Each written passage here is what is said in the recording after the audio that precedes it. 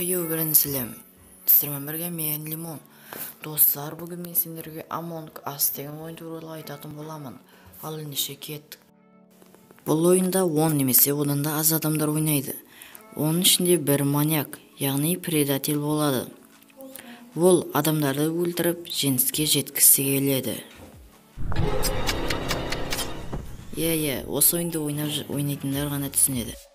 Ал қалғандары болса тоқты жүндеп предательді тапқысы келеді. Бұл ойынды басқа да адамдармен және өз достарымен ойнауға болады. Қазіргі таңда бұл ойынды 100 миллионнан астам адам жазып алған.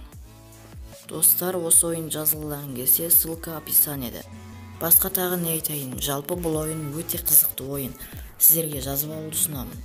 Достар, осымен біздің осындай қысқаша видеомыз аяқталды. Сау болыңыздар.